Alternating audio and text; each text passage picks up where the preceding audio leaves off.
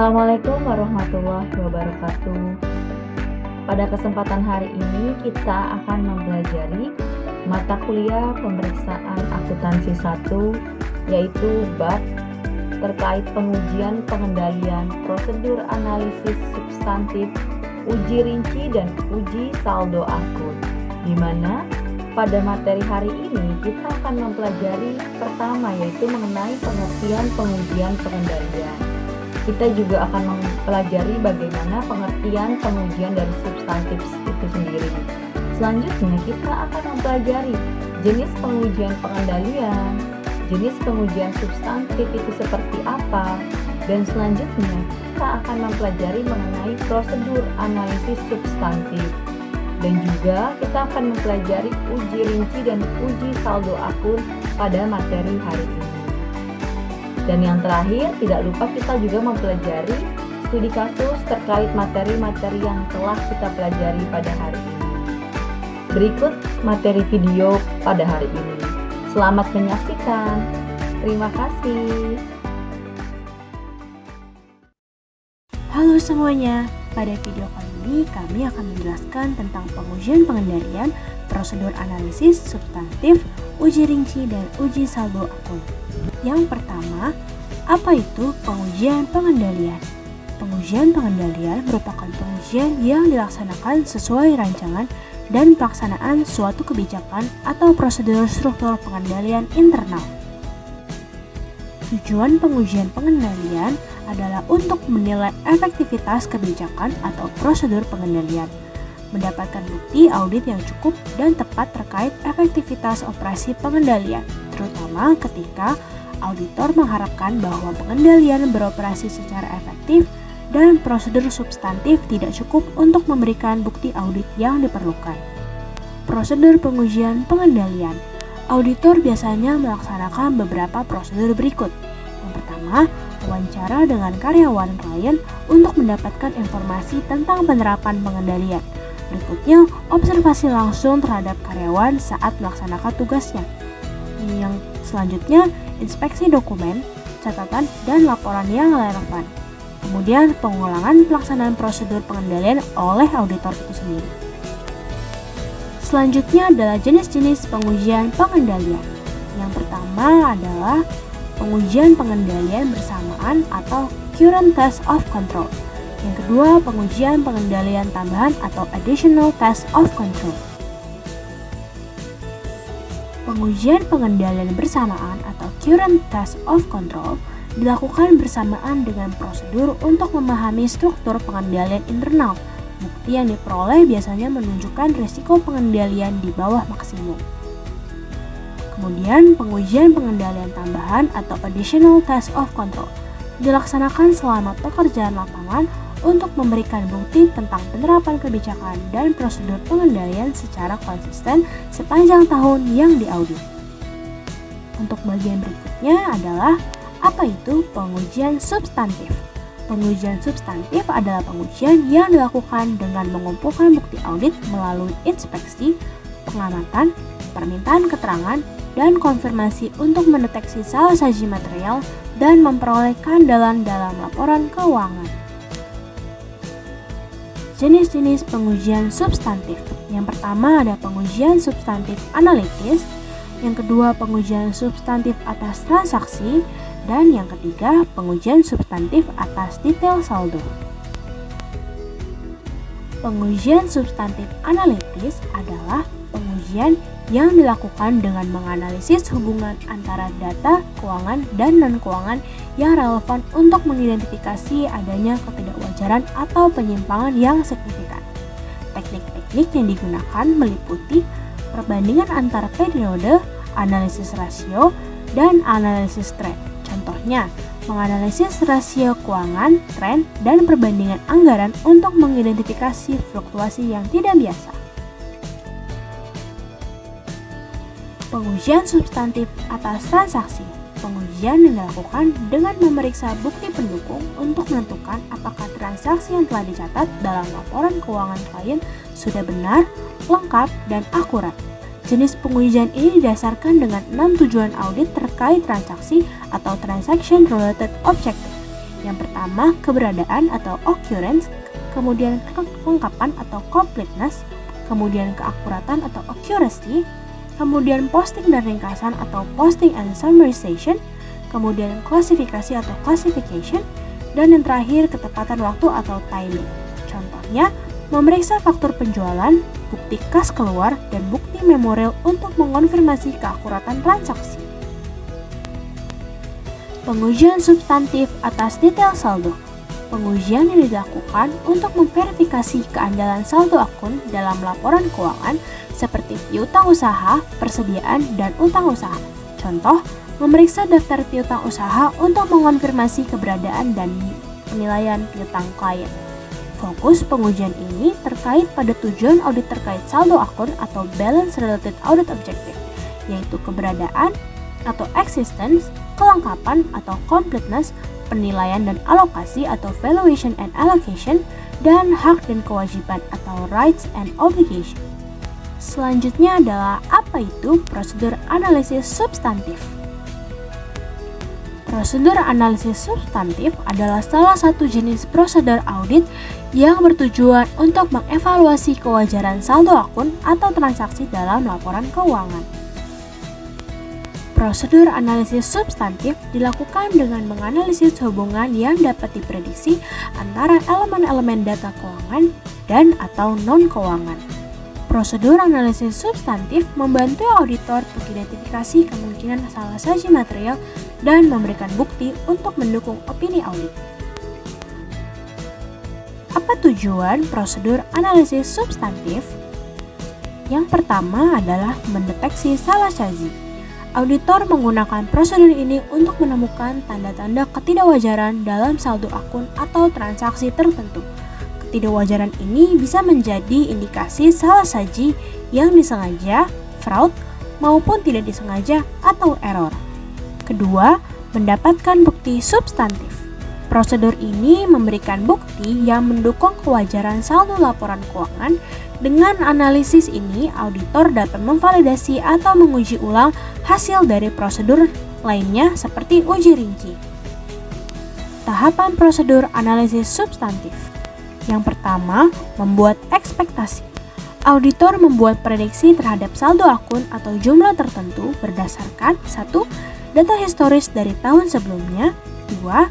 Tren dalam industri terkait, 3. Rasio keuangan yang relevan, dan terakhir, data non-keuangan, misalnya tingkat produksi atau volume penjualan.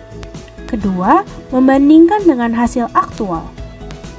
Auditor melihat apakah angka yang sebenarnya sesuai dengan prediksi. Jika terdapat perbedaan yang signifikan, auditor harus menyelidiki lebih lanjut terkait hal tersebut. Ketiga, mengevaluasi keandalan data. Auditor memastikan bahwa data yang digunakan untuk analisis dapat dipercaya dan relevan dengan area audit yang diuji. Keempat, menyusun kesimpulan. Berdasarkan hasil analisis, auditor menentukan apakah prosedur tambahan diperlukan atau saldo akun sudah cukup mendukung opini audit. Berikutnya ada contoh prosedur analisis substantif. Yang pertama ada rasio margin kotor.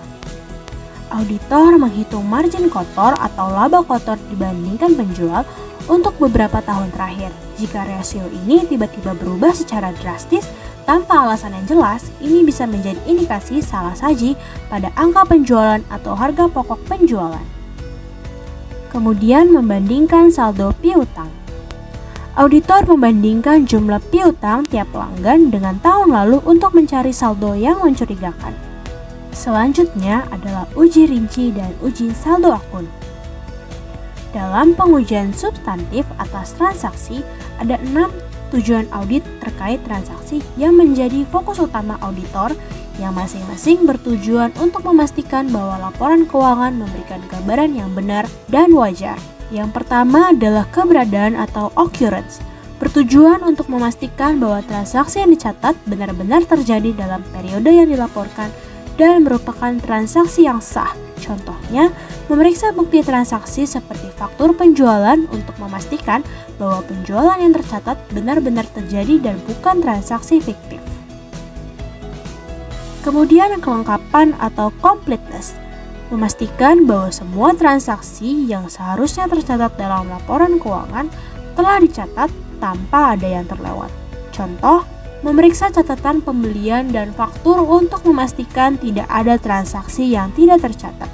Misalnya, dengan memeriksa apakah semua faktur yang diterima telah dimasukkan dalam pembukuan. Kemudian ada keakuratan atau accuracy, memastikan bahwa jumlah yang tercatat pada setiap transaksi telah dihitung dan dicatat dengan benar sesuai dengan bukti yang mendasari transaksi. Contoh, memeriksa faktur penjualan untuk memastikan bahwa harga dan jumlah barang yang dijual dicatat dengan tepat dan sesuai dengan bukti pendukung. Kemudian adalah posting dan ringkasan atau posting and summarization. Memastikan bahwa transaksi yang tercatat telah diposting dengan benar ke dalam akun-akun yang tepat dan diringkas dengan benar dalam laporan keuangan. Contoh, memeriksa apakah transaksi penjualan telah diposting dengan benar dalam jurnal umum. Dan apakah saldo yang tercatat di laporan keuangan mencerminkan akumulasi transaksi tersebut. Selanjutnya ada klasifikasi atau classification, memastikan bahwa transaksi telah diklasifikasikan dalam kategori yang tepat dalam laporan keuangan, sesuai dengan jenis transaksi yang sebenarnya. Contoh, memeriksa bahwa transaksi penjualan dicatat dalam akun pendapatan dan transaksi pembelian dicatat dalam akun pembelian, bukan dalam kategori yang salah. Selanjutnya, ketepatan waktu atau timing. Memastikan bahwa transaksi dicatat pada periode yang tepat, yaitu ketika transaksi tersebut terjadi, sehingga mencerminkan periode akuntansi yang benar. Contohnya, memeriksa apakah penjualan yang terjadi di akhir bulan telah dicatat dalam periode yang benar. Misalnya, memastikan bahwa transaksi penjualan yang terjadi di bulan Desember tercatat dalam bulan yang sama. Berikutnya adalah tujuan utama pengujian substantif atas transaksi. Yang pertama adalah memastikan bahwa transaksi yang tercatat dalam laporan keuangan memang benar-benar terjadi. Kemudian mengidentifikasi apakah ada transaksi yang tidak tercatat atau salah dicatat. Yang ketiga adalah memastikan bahwa informasi yang tercatat dalam laporan keuangan sesuai dengan standar akuntansi yang berlaku.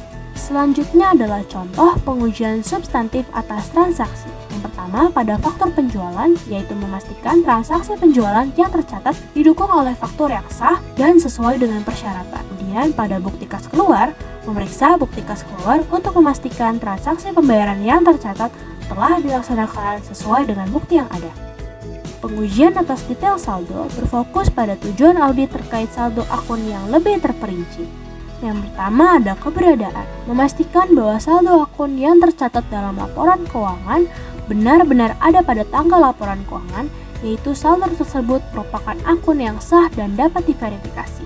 Contohnya, memeriksa daftar piutang usaha dan mengonfirmasi dengan pelanggan untuk memastikan bahwa piutang yang tercatat benar-benar ada dan belum jatuh tempo.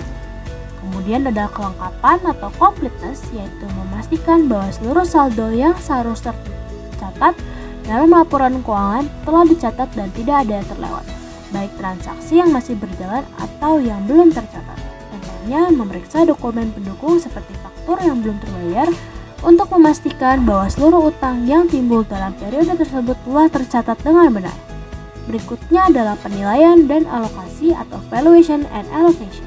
Memastikan bahwa saldo akun dicatat dengan nilai yang tepat sesuai dengan prinsip akuntansi yang berlaku, serta dialokasikan dengan benar dalam laporan keuangan. Contohnya, memastikan bahwa piutang yang tercatat tidak berlebihan dengan memeriksa adanya cadangan piutang tak terdagih dan memperhitungkan potensi kerugian yang mungkin terjadi.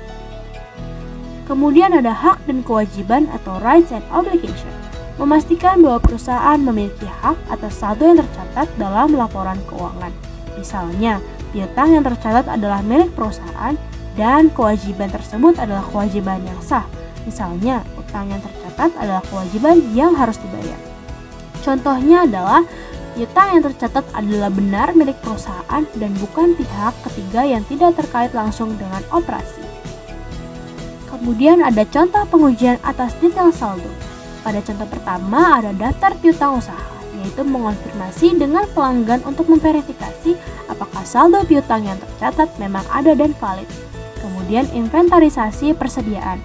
melalui melakukan pemeriksaan fisik atas persediaan untuk memastikan keberadaan barang dan nilai yang tercatat sesuai dengan barang yang ada.